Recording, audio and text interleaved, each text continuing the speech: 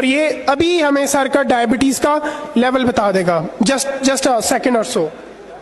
अच्छा जी, तो सर मुबारक हो, खैर आपको शुगर वगैरह कुछ नहीं है आपको।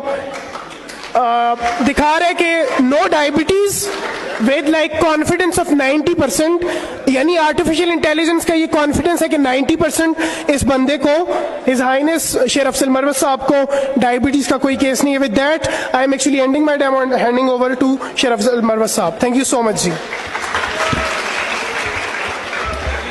वैसे मैं बहुत मुतासर हुआ हूँ आपके इस डायग्नोसिस के प्रोसेस से। आप सबको मैं आगाह कर दूं, मेरे लिए बहुत बड़ी खबर है कि मुझे डायबिटीज नहीं है, 12 साल से मुझे डायबिटीज है।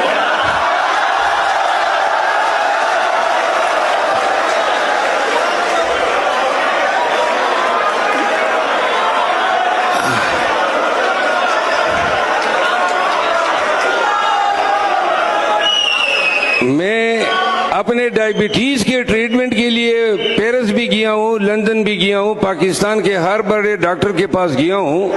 आज ये इंकशाफ हुआ डायबिटीज नहीं है।